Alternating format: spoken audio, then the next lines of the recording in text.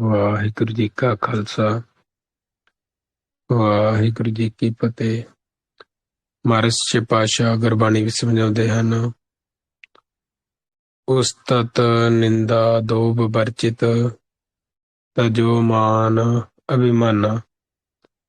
ਮਹਾਰਾਜ ਸੱਚੇ ਪਾਤਸ਼ਾਹ ਸਮਝਾਉਂਦੇ ਹਨ ਕਿ ਜੇ ਤੁਸੀਂ ਇਸ ਧਰਮ ਦੇ ਮਾਰਗ ਤੇ ਚੱਲਣਾ ਚਾਹੁੰਦੇ ਹੋ ਤਾਂ ਇਸ ਮਾਰਗ ਤੇ ਤੁਹਾਨੂੰ ਆਪਦੀ ਉਸਤਤ ਵੀ ਛੱਡਣੀ ਪੈਣੀ ਹੈ, ਜਾਂ ਲੋਕਾਂ ਦੀ ਉਸਤਤ ਕਰਨੀ ਵੀ ਛੱਡਣੀ ਪੈਣੀ ਹੈ ਤੇ ਨਿੰਦਿਆ ਕਰਨੀ ਵੀ ਛੱਡਣੀ ਪੈਣੀ ਹੈ। ਤੁਹਾਡਾ ਕੋਈ ਮਾਣ ਕਰੇ ਚਾਹੇ ਅਪਮਾਨ ਕਰੇ, ਤੁਹਾਨੂੰ ਬਰਦਾਸ਼ਤ ਕਰਨਾ ਪੈਣਾ ਹੈ, ਕਿਉਂਕਿ ਇਹ ਜਿਹੜਾ ਰਸਤਾ ਹੈ ਕਠਿਨ ਹੈ, ਇਹ ਵਿਰਲੇ ਜੀਵਾਂ ਦੇ ਹਿੱਸੇ ਵਿੱਚ ਆਉਂਦਾ ਹੈ।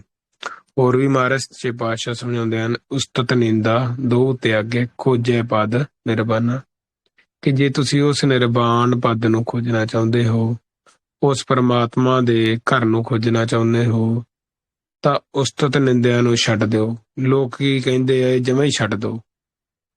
ਕਬੀਰ ਜੀ ਵੀ ਸਮਝਾਉਣਾ ਕਰਦੇ ਹਨ, ਨਾਕੋ ਕਾਟੀ ਕਾਨੋ ਕਾਟੀ ਕਾਟ ਕਾਟ ਕੇ ਡਾਰੀ, ਕਹੋ ਕਬੀਰ ਸੰਤਨ ਕੀ ਬੈਰਨ ਤੀਨ ਲੋਕ ਕੀ ਪਿਆਰੀ। ਕਬੀਰ ਜੀ ਵੀ ਸਮਝਾਉਂਦੇ ਹਨ ਕਿ ਅਸੀਂ ਇਸ ਮਾਇਆ ਨੂੰ ਨੱਕ ਤੋਂ ਵੀ ਕੱਟਤਾ ਹੈ, ਕੰਨ ਤੋਂ ਵੀ ਕੱਟਤਾ ਹੈ, ਭਾਵ ਅਸੀਂ ਉਹ ਸਾਰੀਆਂ ਗੱਲਾਂ ਦਾ ਤਿਆਗ ਕਰਤਾ ਹੈ ਜਿਹੜੀਆਂ ਕਹਿੰਦੀਆਂ ਹਨ ਕਿ ਨੱਕ ਨਹੀਂ ਰਹਿੰਦਾ ਤੇ ਲੋਕ ਕੀ ਕਹਿਣਗੇ। ਇਸ ਚੀਜ਼ ਦਾ ਅਸੀਂ ਤਿਆਗ ਕਰਤਾ ਹੈ, ਕਬੀਰ ਜੀ ਸਮਝਾਉਂਦੇ ਹਨ। ਸੋ ਮਹਾਰਾਜ ਸੱਚੇ ਪਾਤਸ਼ਾਹ ਸਮਝਾਉਂਦੇ ਹਨ ਕਿ ਜੇ ਇਸ ਮਾਰਗ ਤੇ ਚੱਲਣਾ ਹੈ ਤੇ ਇਹਨਾਂ ਚੀਜ਼ਾਂ ਤੋਂ ਉੱਪਰ ਉੱਠੋ ਕਿ ਲੋਕ ਕੀ ਕਹਿਣਗੇ, ਫਿਰ ਤੁਸੀਂ ਇਸ ਮਾਰਗ ਤੇ ਚੱਲ ਸਕਦੇ ਆ।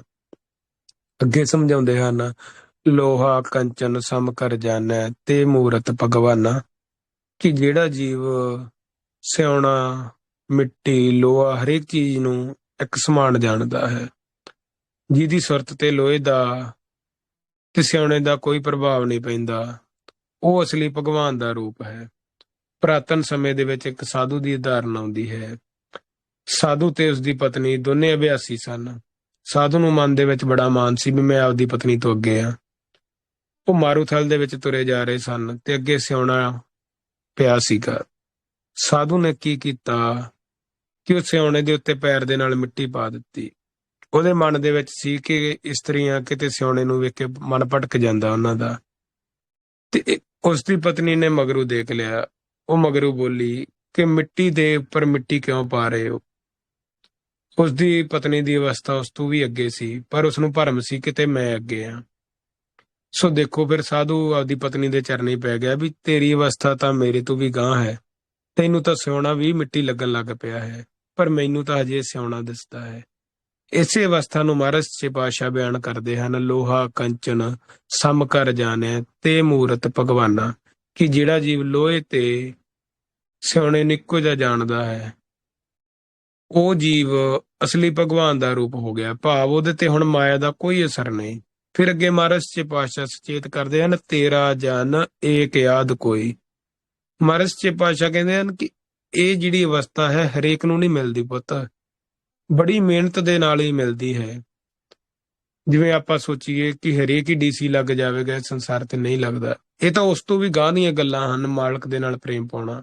ਇਹ ਤਾਂ ਜਗ ਮੇ ਉੱਤਮ ਕੱਢੀਏ ਵਿਰਲੇ ਕੇ ਇਹ ਵਿਰਲਿਆਂ ਦੇ ਹਿੱਸੇ ਆਉਂਦਾ ਹੈ। ਜੀਵ ਮਾਇਆ ਦਾ ਵੀ ਮਾਣ ਛੱਡ ਦਿੰਦਾ ਹੈ, ਪਰ ਅੱਗੇ ਇੱਕ ਹੋਰ ਮਾਣ ਖੜਾ ਹੁੰਦਾ ਹੈ, ਧਰਮ ਦਾ ਮਾਣ, ਕਿ ਮੈਂ ਬਹੁਤ ਵੱਡਾ ਧਰਮੀ ਹਾਂ, ਮੇਰੇ ਵਰਗਾ ਕੋਈ ਕਥਾਵਾਚਕ ਨਹੀਂ, ਮੇਰੇ ਵਰਗਾ ਕੋਈ ਗਿਆਨੀ ਨਹੀਂ। ਫਿਰ ਉਹ ਐਸੇ ਮਾਣ ਦੇ ਵਿੱਚ ਪੈ ਜਾਂਦਾ, ਮੇਰੇ ਵਰਗਾ ਕੋਈ ਦਾਨੀ ਨਹੀਂ। ਉਹ ਸਤੋਗੁਣ ਦੀ ਜੰਜੀਰਾਂ ਦੇ ਵਿੱਚ ਫਸ ਜਾਂਦਾ ਹੈ। ਤਾਂ ਹੀ ਮਹਾਰਾਜ ਸੱਚੇ ਪਾਤਸ਼ਾਹ ਕਹਿੰਦੇ ਨੇ, ਤੇਰਾ ਜਨ ਏਕ ਯਾਦ ਕੋਈ, ਕਾਮ ਕ੍ਰੋਧ ਲੋਭ ਮੋਹ ਵਿਵਰਜਿਤ, ਹਰ ਪਦ ਚੀਨੈ ਸੋਈ, ਕਿ ਜਿਹੜੇ ਜੀਵ ਨੇ ਕਾਮ ਕ੍ਰੋਧ ਲੋਭ ਮੋਹ ਸਭ ਕੁਝ ਛੱਡ ਦਿੱਤਾ, ਸਾਰੀਆਂ ਚੀਜ਼ਾਂ ਤੋਂ ਉੱਪਰ ਉੱਠ ਗਿਆ, ਉਹ ਵਿਰਲੇ ਹੀ ਜੀਵ ਹੁੰਦੇ ਹਨ। ਮਹਾਰਾਜ ਸੱਚੇ ਪਾਤਸ਼ਾਹ ਅੱਗੇ ਸਮਝਾਉਂਦੇ ਨੇ, ਰਜ ਗੁਣ ਤਮ ਗੁਣ ਸਤਗੁਣ ਕਹੀਏ, ਇਹ ਤੇਰੀ ਸਭ ਮਾਇਆ, ਕਿ ਰਜੋ ਗੁਣ ਤਮੋ ਗੁਣ ਸਤੋ ਗੁਣ, ਇਹ ਸਾਰੇ ਵਿਚਾਰ ਹਨ। ਆਸ਼ਾ ਅਭਿਲਾਸ਼ਾ ਸੰਸ਼ੇ ਵਹਿਮ ਫਿਕਰ ਦੇ ਰਜੋਗੁਣੀ ਵਿਚਾਰ ਹੁੰਦੇ ਹਨ। ਕਾਮ ਕ੍ਰੋਧ ਲੋਭ ਮੋਹ ਹੰਕਾਰ ਦੇ ਤਮੋ ਗੁਣੀ, ਜਤ ਸਤ ਸੰਤੋਖ ਦਇਆ ਕਿਮਾਨ ਨਿਮਰਤਾ ਸਹਿਨਸ਼ੀਲਤਾ ਸਤਗੁਣ। ਮਹਾਰਾਜ ਸੱਚੇ ਪਾਤਸ਼ਾਹ ਸਮਝਾਉਂਦੇ ਨੇ ਕਿ ਇਹ ਤਿੰਨੇ ਚੀਜ਼ਾਂ ਮਾਇਆ ਹਨ, ਪਰ ਅਸੀਂ ਇਹਨਾਂ ਤੋਂ ਉੱਪਰ ਉੱਠਣਾ ਹੈ, ਚੌਥੇ ਪਦ ਦੇ ਵਿੱਚ ਪਹੁੰਚਣਾ ਹੈ। ਚੌਥੇ ਪਦ ਕੋ ਜੋ ਨਰ ਚੀਨੈ ਤਿਨਹੀ ਪਰਮ ਪਦ ਪਾਇਆ। ਮਹਾਰਾਜ ਸੱਚੇ ਪਾਤਸ਼ਾਹ ਸਮਝਾਉਂਦੇ ਹਨ ਕਿ ਜਿਹੜਾ ਜੀਵ ਚੌਥੇ ਪਦ ਤੇ ਪਹੁੰਚ ਗਿਆ, ਭਾਵ ਤ੍ਰੈ ਗੁਣਾ ਤੋਂ ਉੱਪਰ ਉੱਠ ਗਿਆ, ਵਿਚਾਰਾਂ ਤੋਂ ਉੱਪਰ ਉੱਠ ਗਿਆ, ਜਿਸ ਜੀਵ ਨੇ ਆਪਦੀ ਮੈਂ ਮੇਰੀ ਖਤਮ ਕਰ ਲਈ, ਉਹੀ ਅਸਲੀ ਚੌਥੇ ਪਦ ਦੇ ਵਿੱਚ ਪਹੁੰਚ ਸਕਦਾ ਹੈ, ਜਿਸ ਨੇ ਆਪਦੀ ਹਉਮੈ ਦਾ ਤਿਆਗ ਕਰ ਦਿੱਤਾ। ਕਿਉਂਕਿ ਹਉਮੈ ਹੀ ਬੰਧਨ ਹੈ, ਇਸ ਨੂੰ ਛੱਡਣਾ ਬਹੁਤ ਔਖਾ ਹੈ। ਇਹ ਵਿਰਲਿਆਂ ਦੇ ਹਿੱਸੇ ਹੀ ਆਉਂਦਾ ਹੈ। ਇਹ ਉਹੀ ਜੀਵ ਉਸ ਅਵਸਥਾ ਨੂੰ ਪ੍ਰਾਪਤ ਕਰ ਸਕਦਾ ਹੈ ਜਿਹੜਾ ਹਰ ਵੇਲੇ ਗੁਰਮੰਤਰ ਨੂੰ ਦ੍ਰਿੜ ਕਰਦਾ ਹੈ। ਉਹੀ ਸੰਤ ਪਦ ਤੇ ਪਹੁੰਚ ਸਕਦਾ ਹੈ। ਜੋ ਮਹਾਰਾਜ ਸੱਚੇ ਪਾਤਸ਼ਾਹ ਸਮਝਾਉਂਦੇ ਹਨ, ਜਿੰਨਾ ਸਾਸ ਗਰਾਸ ਨਾ ਵਿਸਰੇ, ਹਰ ਨਾਮਾ ਮਨ ਮੰਤ, ਧਨ ਸਿਸੇਈ ਨਾਨਕਾ ਪੂਰਨ ਸੋਈ ਸੰਤ। ਕਿ ਉਹੀ ਪੂਰਨ ਸੰਤ ਹੈ ਜਿਨ੍ਹਾਂ ਨੂੰ ਸਾਸ ਗਰਾਸ ਰੱਬ ਨਹੀਂ ਵਿਸਰਦਾ, ਜੋ ਹਰ ਸਮੇਂ ਉਸ ਦੀ ਯਾਦ ਦੇ ਵਿੱਚ ਜੁੜੇ ਰਹਿੰਦੇ ਹਨ, ਜਿਨ੍ਹਾਂ ਦੇ ਅੰਦਰ ਪਰਮਾਤਮਾ ਵਸ ਗਿਆ ਹੈ। ਤਾਂ ਹੀ ਅਸੀਂ ਅਰਦਾਸ ਕਰਦੇ ਹਾਂ, ਵਸ ਮੇਰੇ ਪਿਆਰਿਆ, ਵਸ ਮੇਰੇ ਗੋਬਿੰਦਾ, ਹਰ ਕਰ ਕਿਰਪਾ ਮਨ ਵਸ ਜੀਓ। ਕਿ ਹੇ ਮੇਰੇ ਪਿਆਰਿਆ, ਹੇ ਮੇਰੇ ਗੋਬਿੰਦਾ, ਹੁਣ ਤੂੰ ਮੇਰੇ ਅੰਦਰ ਵਸ ਵੀ ਜਾ, ਕਿਉਂਕਿ ਮੇਰੇ ਅੰਦਰ ਮਾਇਆ ਵਸ ਚੁੱਕੀ ਹੈ। ਉਹ ਮਾਇਆ ਮੇਰਾ ਖਹਿੜਾ ਨਹੀਂ ਛੱਡਦੀ। ਮੇਰੇ ਅੰਦਰ ਧੀਆਂ ਪੁੱਤਰ ਵਸ ਚੁੱਕੇ ਹਨ, ਜ਼ਮੀਨ ਜਾਇਦਾਦ ਵਸ ਚੁੱਕੀ ਹੈ, ਪਰ ਜਗ੍ਹਾ ਹੀ ਨਹੀਂ ਬਚੀ ਤੇਰੇ ਵਸਣ ਲਈ। ਸੋ ਹੁਣ ਕਿਰਪਾ ਕਰ, ਇਹਨਾਂ ਚੀਜ਼ਾਂ ਤੂੰ ਮੈਨੂੰ ਉੱਪਰ ਉਠਾ, ਜ਼ਮੀਨ ਜਾਇਦਾਦ ਆਪਣੇ ਬਗਾਨੇ ਤੋਂ। ਜੋ ਮਹਾਰਾਜ ਸੱਚੇ ਪਾਤਸ਼ਾਹ ਸਮਝਾਉਂਦੇ ਨੇ, ਜਬ ਧਾਰੇ ਕੋ ਵੈਰੀ ਮੀਤ, ਤਬ ਲਗ ਨਹੀਂ ਚਲ ਨਾ ਹੀ ਜੀਤ। ਕਿ ਜਿੰਨਾ ਚਿਰ ਤੁਹਾਡੇ ਅੰਦਰ ਮਿੱਤਰ ਤੇ ਦੁਸ਼ਮਣ ਹਨ, ਉਹਨਾਂ ਚਿਰ ਤੁਹਾਡਾ ਚਿੱਤ ਥਿਰ ਨਹੀਂ ਰਹਿ ਸਕਦਾ। ਤੇ ਆਪਾਂ ਆਪਦੇ ਆਪ ਨੂੰ ਖੋਜੀਏ ਤੇ ਵਿਚਾਰੀਏ ਕਿ ਸਾਡੇ ਅੰਦਰ ਵੀ ਕੋਈ ਦੋਸਤ ਤੇ ਦੁਸ਼ਮਣ ਹਨ। ਹਾਂ, ਸਾਡੇ ਅੰਦਰ ਵੀ ਹਨ। ਜਿਹੜੇ ਸਾਡਾ ਸਤਿਕਾਰ ਕਰਦੇ ਹਨ ਉਹ ਸਾਡੇ ਦੋਸਤ ਹਨ, ਤੇ ਜਿਹੜੇ ਸਾਡਾ ਅਪਮਾਨ ਕਰਦੇ ਹਨ ਉਹ ਸਾਡੇ ਦੁਸ਼ਮਣ ਹਨ। ਅਸੀਂ ਇਸ ਅਵਸਥਾ ਦੇ ਵਿੱਚ ਵਿਚਰਦੇ ਹਾਂ। ਜਿਹੜੇ ਸਾਡੀਆਂ ਮੰਗਾਂ ਪੂਰੀਆਂ ਕਰਦੇ ਹਨ, ਅਸੀਂ ਉਹਨਾਂ ਦੇ ਨਾਲ ਮੋਹ ਕਰਦੇ ਹਾਂ, ਤੇ ਜਿਹੜੀਆਂ ਸਾਡੇ ਮੰਗਾਂ ਦੇ ਵਿੱਚ ਬੰਧਨ ਖੜਾ ਕਰਦੇ ਹਨ, ਉਹਨਾਂ ਦੇ ਨਾਲ ਅਸੀਂ ਕ੍ਰੋਧ ਕਰਦੇ ਹਾਂ, ਉਹਨਾਂ ਦੇ ਨਾਲ ਅਸੀਂ ਨਫ਼ਰਤ ਕਰਦੇ ਹਾਂ। ਜੇ ਮਹਾਰਾਜ ਸੱਚੇ ਪਾਤਸ਼ਾਹ ਸਮਝਾਉਂਦੇ ਹਨ ਕਿ ਇਸ ਅਵਸਥਾ 'ਚ ਤੁਸੀਂ ਵਿਚਰਦੇ ਹੋ, ਤਾਂ ਤੁਹਾਡਾ ਮਨ ਕਦੇ ਵੀ ਥਿਰ ਨਹੀਂ ਰਹਿ ਸਕਦਾ। ਜੇ ਤੁਸੀਂ ਆਪਦੇ ਮਨ ਨੂੰ ਥਿਰ ਕਰਨਾ ਚਾਹੁੰਦੇ ਹੋ, ਤਾਂ ਸਭ ਦੇ ਵਿੱਚ ਉਸ ਪਰਮਾਤਮਾ ਦੀ ਜੋਤ ਨੂੰ ਦੇਖੋ। ਸਭ ਮੈਂ ਜੋਤ, ਜੋਤ ਹੈ ਸੋਏ। ਇਸ ਅਵਸਥਾ ਦੇ ਵਿੱਚ ਵਿਚਰੋ ਫਰੀਦਾ, ਬੁਰੇ ਦਾ ਭਲਾ ਕਰ, ਗੁੱਸਾ ਮਨ ਨਾ ਹੰਡਾਈ, ਦੇਹੀ ਰੋਗ ਨਾ ਲੱਗਈ, ਪੱਲੇ ਸਭ ਕਿਛ ਪਾਏ।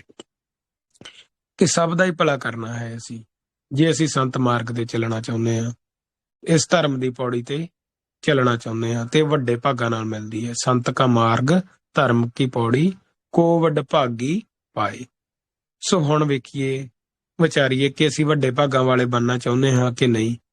ਕਿ ਅੱਗੇ ਵੀ ਅਸੀਂ ਕਈ ਵਾਰ ਇਸ ਸੰਸਾਰ ਤੇ ਆਏ ਹਾਂ ਤੇ ਖੇਡ ਹਾਰ ਕੇ ਚਲੇ ਗਏ ਹਾਂ। ਐਸੇ ਘਰ ਹਮ ਬਹੁਤ ਵਸਾਏ। ਅੱਗੇ ਵੀ ਅਸੀਂ ਐਸੇ ਘਰ ਬਹੁਤ ਵਾਰ ਵਸਾਏ ਹਨ, ਬਹੁਤ ਵਾਰ ਇਸ ਸੰਸਾਰ ਤੇ ਆਏ ਹਾਂ। ਇਸ ਵਾਰ ਵੀ ਕਿਤੇ ਅੱਗੇ ਵਾਂਗ ਬਾਜੀ ਹਾਰ ਕੇ ਨਾ ਚਲੇ ਜਾਈਏ। ਸੋ ਗੁਰੂ ਸਾਹਿਬ ਦੇ ਚਰਨਾਂ ਵਿੱਚ ਜਦੋਂ ਵੀ ਜਾਓ, ਇਹੀ ਅਰਦਾਸ ਕਰੋ, ਵਿਣ ਤੁਧ ਹੋਰ ਜੇ ਮੰਗਣਾ, ਸਿਰ ਦੁੱਖਾਂ ਕੇ ਦੁੱਖ, ਦੇਹੋ ਨਾਮ ਸੰਤੋਖੀਆ, ਉਤਰੇ ਮਨ ਕੀ ਭੁੱਖ। ਨਾਮ ਦੀ ਦਾਤ ਮੰਗੋ ਜਦੋਂ ਵੀ ਗੁਰੂ ਚਰਨਾਂ ਦੇ ਵਿੱਚ ਜਾਓ।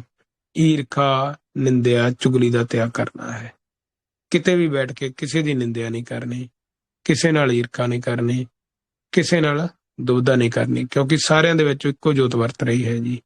ਵਾਹਿਗੁਰੂ ਜੀ ਕਾ ਖਾਲਸਾ, ਵਾਹਿਗੁਰੂ ਜੀ ਕੀ ਫਤਿਹ।